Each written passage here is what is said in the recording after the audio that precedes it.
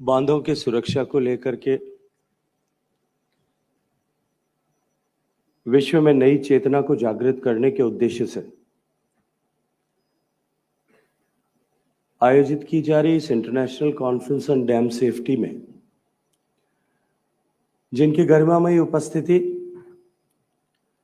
और जिनके प्रेरक मार्गदर्शन से निश्चित रूप से इस कॉन्फ्रेंस की सफलता सुनिश्चित होने वाली है,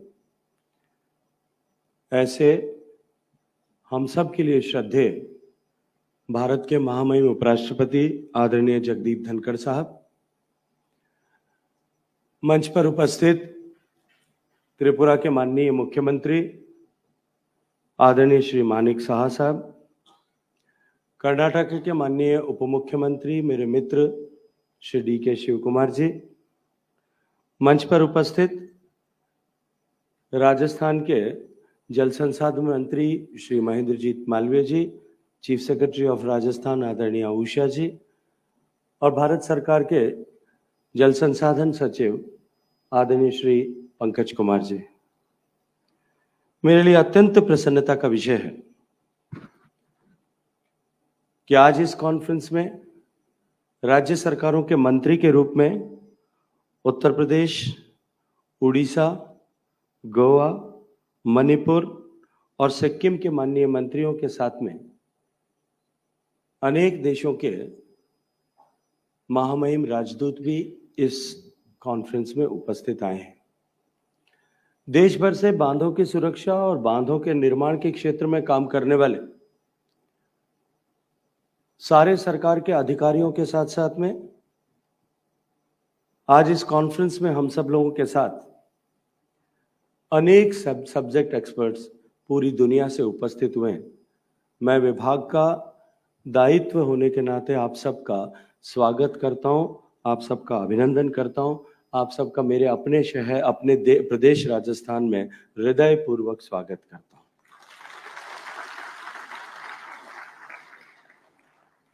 मित्रों, हम सब जानते हैं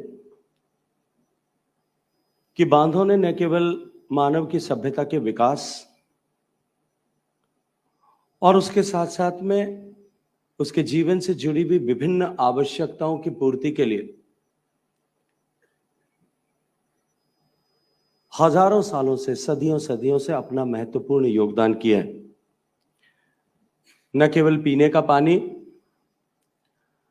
सिंचाई की आवश्यकताओं की आपूर्ति, हाइड्रो पावर और हाइड्रो इलेक्ट्रिसिटी की आपूर्ति और उसके साथ साथ में बाढ़ से सुरक्षा के लिए भी बांधों का बहुत बड़ा योगदान पिछले सदियों से हम सब ने देखा है। जैसा अभी पंकज जी उल्लेख करते हुए बता रहे थे कि भारत में भी बांधों के निर्माण और इन सभी प्रयोजनों के निमित्त बांधों को निर्मित करके उपयोग में लेने की बहुत पुरानी परंपरा है। जैसा उन्होंने उल्लेख किया कि 2000 साल पहले कावेरी नदी पर चोल साम्राज्य के किंग कारिकलन ने ग्रैंड अनायकट बांध का निर्माण किया था, जो इतने वर्ष बीत जाने के बाद में भी 2000 वर्ष बीत जाने के बाद में भी आज भी लगभग 10 लाख एकड़ जमीन की सिंचाई जिसके माध्यम से सुनिश्चित होती है। अन्य बांध जो पूरे विश्व भर में 5000 साल से भी अधिक वर्षों से जो सेवारत हैं, the dams which are serving for more than 5000 years in the world, जब इस विषय पर चर्चा होती है और इन विषयों का उल्लेख होता है तो निश्चित रूप से एक प्रश्न हम सबके मन में आना चाहिए कि जब 2000-5000 साल से बांध दुनिया के अलग अलग कोनों में काम कर रहे हैं, सेवारत हैं, तब बांधों की वय, बांधों की उम्र जिसकी अभी चर्चा की गई कि भारत में जो 6000 बांध होने के नाते हम दुनिया के तीसरे सबसे बड़े बांधों के को ओन करने वाले देश हैं और हमारे 280 के लगभग बांध ऐसे हैं जो 100 साल से पुराने हो गए। हमारे 80% बांध ऐसे हैं जो 25 साल या उससे ज्यादा की उम्र के हो गए। लेकिन जब 2000 साल की उम्र का बांध ग्रैंड एनाइकट भारत में सेवारत है और अहर्निश सेवा कर रहे, और जब दुनिया में 5000 साल पुराने बांध भी काम कर रहे हैं, तब केवल 100 साल की उम्र हो जाने के बाद में बांध की उम्र या बढ़ती भी वय और उसकी सुरक्षा, इन दोनों के बीच के संबंध को लेकर के क्यों कर चिंता करने की आवश्यकता है। निश्चित ही ये प्रश्न हम सबके मस्तिष्क में उठना चाहिए। लेकिन अगर हम इसके पीछे का इतिहास उठा करके देखें कि कितने सारे बांध विश्व भर में पिछले इन सदियों में, या जब से लिखित इतिहास लिखा जाता है तब से, ऐसे बांध जिनके टूटने की घटनाएं और उसके कारण से जो डिवेस्टेशन हुआ है, उसके कारण से जो आपदा जनित परिस्थितियां खड़ी हुई, उसके कारण से मानव जाति को, मानव जीवन को, और उसके साथ साथ में बांध के नीचे डाउनस्ट्रीम में the entire ecosystem have been compromised और चेंज्ड, उसको लेकर के कितनी बड़ी चुनौती खड़ी होती है। तब हम सबके संज्ञान में आता है कि बांधों की सुरक्षा बदलते हुए परिदृश्य में, और विशेष रूप से जब क्लाइमेट चेंज के इम्पैक्ट हम सबको दिखाई दे रहे हैं,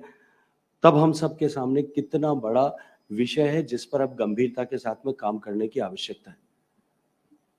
पिछले वर्षों में भारत में 42 ऐसे बांध टूटने की घटनाएं रजिस्टर हुई। 1917 में के बाद से जो रिकॉर्ड CWC मेंटेन कर रहा है, इन सारी घटनाओं को की तरफ यदि जितना इतिहास अभी हम सबके पास में उपलब्ध है, आदरणीय पंकज जी ने अभी मच्छू बांध टूटने की चर्चा की, 2000 लोगों का जीवन उसके कारण से समाप्त हुआ था। आज की वर्तमान परिदृश्य में, वैश्विक परिदृश्य में जब इस तरह की कोई घटना होती है, तो पूरे विश्व भर के लिए न केवल एक चिंता का विषय बनती है, अपितु साथ साथ में जिस देश में इस तरह की ब्रीच ऑफ डैम और एनी रिजर्वायर इस तरह की घटना होती है, then it becomes a issue of national shame, एक राष्ट्रीय शर्म का विषय बनता है। और हमारे सारे अभियंता जो निर्माण से लेकर के रखरखाव तक, या सरकारी तंत्र में जितने भी लोग जिनके ऊपर इस तरह की जिम्मेदारी है, उन सब के ऊपर कहीं ना कहीं प्रश्न चिन्ह खड़ा होता है। जो मच्छू बांध का टूटने की घटना हुई थी, और उसके बाद में मोरबी शहर ने जिस तरह का अभिशाप झेला, पूरा के पूरा मोरबी शहर विस्थापित होकर के नया शहर बसाना पड़ा, ये निश्चित रूप से एक बड़ी शर्म का विषय देश के लिए बना था। अभी हम सब ने अपनी तरफ से संवेदनाएं व्यक्त की। जो पिछले सप्ताह रविवार के दिन लीबिया में जिस तरह की घटना हुई, और डरना टाउन में 5000 लोग बांध टूटने के कारण से काल कबलित हुए, दिवंगत हुए, और साथ ही साथ अनेकों हजार करोड़ों रुपए की संपदा नष्ट होने के साथ साथ में वहां की पूरी अर्थव्यवस्था पर कई वर्षों के लिए विराम लगा है। ऐसे में निश्चित ही आज हम सब लोगों के लिए ये और भी ज्यादा चिंता का विषय और भी ज्यादा प्रासंगिक हो जाता है। और मुझे कोई ईश्वर का विधान है कि आज जब हम डैम सेफ्टी की इस पहली इंटरनेशनल कॉन्फ्रेंस में सब खड़े होकर के हम बातचीत कर रहे हैं, when we have come together from all across the world and the country, उससे 7 दिन पहले, उससे 4 दिन पहले भी इस तरह की घटना बांध टूटने की हुई है। और मुझे ठीक से याद है कि जिस दिन बांध सेफ्टी को लेकर के, बांधों की सुरक्षा को लेकर के भारत में माननीय नरेंद्र मोदी जी की पहल पर, उनके मार्गदर्शन में हम संसद में कानून बनाने के लिए बिल लेकर के आए थे, और डैम सेफ्टी एक्ट पर जिस दिन हम चर्चा कर रहे थे, उस दिन, उससे भी 4 दिन पहले यूरोप में एक लेक होम्स बांध टूटने की घटना हुई थी। शायद ये संयोग भी है, लेकिन इस तरह के संयोग हमें आने वाले समय में हम और गंभीरता के साथ में काम किस तरह से करें, इस दृष्टिकोण से हमें निश्चित ही नई दिशा सोचने के लिए प्रदान करते हैं। मित्रों, माननीय प्रधानमंत्री जी के नेतृत्व में 2021 में हम डैम सेफ्टी का एक एक्ट लेकर के आए, और संसद के दोनों सदनों में सर्वसम्मति से सभी लोगों ने मिलजुल कर और बहुत सकारात्मक चर्चा के साथ में उस बिल को पास किया।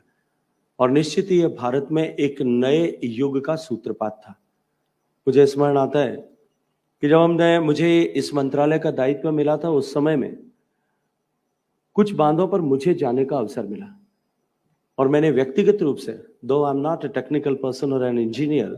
But still I have felt that there are serious shortcomings in the maintenance of the dams which I have visited. और उसके बाद में हम सब ने इस विषय को तय किया कि भारत में बांध सुरक्षा को लेकर के जो एक कॉमन प्रोटोकॉल होना चाहिए, एक स्टैंडर्ड ऑपरेटिंग प्रोसीजर होना चाहिए, उसको लेकर के जिस तरह की चेतना का आवश्यकता है उसका नितांत अभाव है। और इस दृष्टिकोण से हम सबको सोचते हुए इसकी एक ऐसी ऑर्गेनाइज्ड व्यवस्था को खड़ी करने की आवश्यकता है। और ये केवल विषय तात्कालिक उस समय की विजिट से आया हो ऐसा नहीं। जब हमने मंत्रालय में बैठकर इन सब विषयों पर विचार करना शुरू किया तो संज्ञान में आया कि मोरबी के हादसे के बाद में एक कमेटी बनी थी, जिस कमेटी ने अपनी रिपोर्ट प्रस्तुत करते हुए कहा था कि इस तरह का एक स्टैंडर्ड ऑपरेटिंग प्रोसीजर और इस तरह का एक ऑर्गेनाइज स्ट्रक्चर और सिस्टम जो है देश में डैम सेफ्टी को लेकर के बनना चाहिए। लेकिन दुर्भाग्य से 80 के दशक में जिस विषय पर विचार प्रारंभ हुआ था, जो कमिटीज बनी थी उन्होंने अपनी रिपोर्ट दी, डिफरेंट पार्लियामेंट्री स्टैंडिंग कमिटीज ने उस पर विचार विमर्श करते हुए अपनी रिपोर्ट दी, लेकिन 40 साल से रुका हुआ वो विषय इस देश में माननीय नरेंद्र मोदी जी के पहल पर संसद में 2021 में पारित हुआ। और आज उसके बाद में जिस तरह की व्यवस्थाएं बदली, अभी आदरणीय पंकज कुमार जी जब बात कर रहे थे उन्होंने विस्तार से कि किस तरह से 4 स्तर की व्यवस्था इसको लेकर के हमने खड़ी की, national dam safety committee and authority, और ठीक उसी के रेप्लिका में स्टेट्स में जिस तरह की व्यवस्था हमने की। लेकिन उसके साथ में देश में एक चैलेंज और भी था। अनेक ऐसी परिस्थितियां हैं जहां पर डैम ऑनिंग जो है स्टेट कोई और है और साथ में डैम का लोकेशन किसी और दूसरे प्रदेश में, और वहां भी इस तरह की चुनौतियां, क्योंकि हम जानते हैं कि हमारे यहाँ संविधान प्रदत्त व्यवस्था के अनुरूप जल और बांध दोनों ही राज्यों का विषय है और देश के 92% से ज्यादा बांध जो है वो राज्यों के स्वामित्व में है। ऐसी परिस्थिति में जहां ऐसी कॉम्प्लिकेटेड सिचुएशन थी कि प्रदेशों के बंटवारे के चलते हुए या राज्यों के बंटवारे के चलते हुए स्वामित्व किसी और का है और बांध का लोकेशन किसी और प्रदेश में, और वहां सरकारों के बीच में पॉलिटिकल मतभेद होने के चलते हुए या लीगेसी इश्यूज के चलते हुए वहां उन बांधों के रखरखाव को लेकर के वाद अब सुप्रीम कोर्ट तक जाते थे। और उसके बाद में भी उन बांधों के रखरखाव पर जिस तरह के काम करने की आवश्यकता थी वो काम हम नहीं कर पा रहे थे। इस डैम सेफ्टी एक्ट के माध्यम से उसका भी एक स्थायी समाधान करने की दिशा में हमने सफलता प्राप्त की है। जैसा अभी पंकज जी ने कहा कि इस डैम सेफ्टी एक्ट के प्रभाव में आने के बाद अब बांधों की स्पेसिफिक रिपेयर्स के लिए, उनके मेंटेनेंस के लिए, मॉनिटरिंग के लिए, सर्विलांस के लिए और उन सब विषयों पर ऑर्गेनाइज तरीके से ध्यान दिया जाए और साथ ही साथ में उस पर निवेश की व्यवस्था भी हो। इस दृष्टिकोण से एक नई चेतना का उदय इस डैम सेफ्टी एक्ट के इम्प्लीमेंट होने के बाद में हुआ है। मैं सभी राज्यों के प्रतिनिधि लगभग यहाँ उपस्थित हैं, मैं सबका धन्यवाद करना चाहता हूँ कि इस छोटे से कालखंड में सभी राज्यों ने बहुत सकारात्मक सहयोग करते हुए, बहुत सकारात्मक रवैया अपनाते हुए जो अपने यहाँ पर स्टेट पर जिस तरह के प्रोटोकॉल्स और जिस तरह के स्ट्रक्चर्स की बनाने की आवश्यकता थी, स्टेट डैम सेफ्टी ऑर्गेनाइजेशंस खड़े करने की आवश्यकता थी, अथॉरिटीज बनाने की आवश्यकता थी, उन दोनों विषयों पर सकारात्मक काम किया और आज देश के हर एक प्रदेश में इस तरह की व्यवस्था खड़ी हुई। और उसी का परिणाम है जिसका उल्लेख अभी सचिव महोदय कर रहे थे कि जहां देश में इससे पहले बांधों की pre monsoon and post monsoon studies जो होने चाहिए, जो इंस्पेक्शंस जो होने चाहिए, उसको लेकर के जिस तरह की उदासीनता थी, लोग उसको लेकर के सिर्फ चलता है ऐसा एप्टीट्यूड जो चल रहा था, उसके चलते हुए कुछ 100 इंस्पेक्शंस कुल मिलाकर के साल में ऐसे रिपोर्ट होते थे। आज पिछले एक साल में 12,000 से ज्यादा इंस्पेक्शंस देश में हुए। ये निश्चित रूप से एक नए युग का सूत्रपात इस दृष्टिकोण से मैं देख सकता हूँ। माननीय प्रधानमंत्री जी के नेतृत्व में हमने डैम सेफ्टी इस एक्ट को कॉम्प्लीमेंट करने के लिए dam rehabilitation and improvement programme भी साथ में कंसीव किए। वर्ल्ड बैंक और विदेश की वित्त पोषण के साथ में जो 10,000 करोड़ रुपए से ज्यादा का ये कार्यक्रम प्रारंभ हुआ है, ये देश के 750 से ज्यादा बांधों की रिहेबिलिटेशन, रिजुविनेशन, उनके स्टैंडर्डाइजेशन, उनके ऑपरेशन का रूल कर्व, उनके ऑपरेटिंग प्रोसीजर्स और उसके बाद में बांध में पानी छोड़े जाने के की अवस्था में कितना इनंडेशन होगा, किस स्तर तक इनंडेशन होगा, इन सब की व्यवस्था करने की दिशा में स्टडी करने के साथ साथ में बांधों के रिजर्वेशन पर भी काम कर रहे हैं। मित्रों, मुझे अत्यंत प्रसन्नता होती है जब मैं आप सबके सामने इस साथ में ये साझा करता हूं कि पिछले वर्ष इसी वर्ष में कुछ महीने पहले मुझे I had been to United States and we have visited along with my officers the Tennessee Valley Authority, जिसके लिए माना जाता है कि वो जो पिछले अनेक दशकों से they are working in the field of dam safety, और उन्होंने इस तरह का प्रोटोकॉल अपने यहाँ पर डेवलप किया है। When we visited there, they gave us with a huge pride, they gave us a presentation what they have how they have done the work, कैसे वो अपने यहाँ पर काम कर रहे हैं और कितना काम कर रहे हैं। लेकिन मैं आज जिम्मेदारी से इस मंच पर खड़ा होकर के कह सकता हूँ कि जब उस 1.5 घंटे के प्रेजेंटेशन और उनके साइट विजिट्स के बाद में जो तुलनात्मक दृष्टिकोण से हमने अपने यहाँ काम किया, बेशक हमारे यहाँ लीगेसी इश्यूज रहे होंगे, बेशक हमने दशकों तक इस दिशा में शायद काम नहीं किया होगा, और हमारे यहाँ इस विषय को लेकर के एक बड़ी भारी उदासीनता राज्यों में और केंद्र सरकार के स्तर पर रही होगी। लेकिन जब मैंने उनके इस विषय को समझा और उसके बाद में भारत में हमने पिछले 10 साल में इस दृष्टिकोण से जिस तरह काम किया है, चाहे वो डैम सेफ्टी, चाहे ड्रिप 1 का ही प्रोग्राम हो, ड्रिप 2 का प्रोग्राम हो, डैम सेफ्टी एक्ट का इनैक्टमेंट और उसका बाद में नीचे धरातल पर उसको उतारने का विषय हो, जब मैंने उस विषयों को देखा और समझा तो मैं अत्यंत गर्व के साथ में अभिभूत होकर के उस प्रेजेंटेशन से उठा था कि चाहे स्पीड की दृष्टिकोण से देखो, स्केल के दृष्टिकोण से देखो, और क्वांटम ऑफ वर्क जो हमको करना है उसके दृष्टिकोण से हम किस गति के साथ में काम कर रहे हैं, उस रेलेवेंस के दृष्टिकोण से भी देखो। इतने दशकों से काम करने वाले टेनेसी वैली अथॉरिटी से हम कहीं पीछे हों, ये मुझे प्रतीत नहीं हुआ। आज आप सबके सहयोग से हमने जिस तरह से माननीय प्रधानमंत्री जी के नेतृत्व में और राज्यों के एक्टिव पार्टिसिपेशन के साथ में हमने जिस तरह से काम किया है, आने वाले समय में निश्चित ही ये भारत जो है डैम सेफ्टी के फील्ड में एक बहुत प्रभावी भूमिका का निर्वहन करेगा। जैसा अभी आदरणीय सचिव महोदय ने बताया, हमने कैपेसिटी बिल्डिंग के लिए एकेडमिया को साथ लेकर के इस दिशा में हम किस तरह से काम कर सकते हैं, इस दृष्टिकोण से भी काम करना प्रारंभ किया। IISc बेंगलुरु में, IIT रुड़की में, MNIT जयपुर में, इन तीनों ही संस्थानों में जिस तरह से हमने undergraduate courses, postgraduate courses और साथ में specialisation courses and orientation programmes what we have carved out, जिससे इस क्षेत्र में काम करने वाले राज्यों के प्रतिनिधि और इंजीनियर्स भी वहां आकर के उनको भी भेजा जाकर के उनका कैपेसिटी बिल्डिंग किया जा सके। जब हम dam rehabilitation and improvement programme पे काम कर रहे थे और जब हमने उसके लिए ऐसे सब्जेक्ट एक्सपर्ट्स जिनमें से अनेक लोग यहाँ आज उपस्थित होंगे, जब उनकी आवश्यकता थी, उनको बुलाया गया, उनको ढूंढा गया और उसको लेकर के जब टेंडर्स इनवाइट किए गए, मुझे बहुत आश्चर्य हुआ कि पूरी दुनिया में there are a few people who has that type of understanding and knowledge and expertise. बहुत कम लोग दुनिया में ऐसे। और जब आता था कि दुनिया की जो है टॉप 10 कंट्रीज जिन्होंने बिड किया उसके लिए, उसमें से जो सब्जेक्ट एक्सपर्ट्स थे वो 5 सब्जेक्ट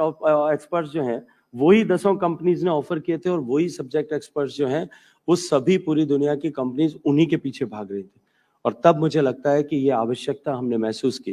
कि भारत जो तीसरा बड़ा बांधों वाला देश है और जिस तरह से इस दिशा में आगे प्रगति कर रहा है, और माननीय प्रधानमंत्री जी के नेतृत्व में जिस तरह से स्पेस साइंसेज से लेकर के और अन्य जीवन की अन्य विधाओं में भारत आज विश्व के नेतृत्वकर्ता के रूप में उभर रहा है। डैम सेफ्टी को लेकर के भी भारत आने वाले समय में विश्व का नेतृत्व करे, और ये जो वैक्यूम अभी दुनिया में है इस सब्जेक्ट को लेकर के, आने वाले समय में आप ही सब लोगों में से कुछ लोग मिलकर के इस वैक्यूम को पूरा करेंगे। आने वाले 2 दिन तक हम इससे जुड़े हुए डिफरेंट सब्जेक्ट्स पर बात करेंगे। बहुत सारे सब्जेक्ट एक्सपर्ट्स अपने अनुभव के आधार पर, अपने ज्ञान के आधार पर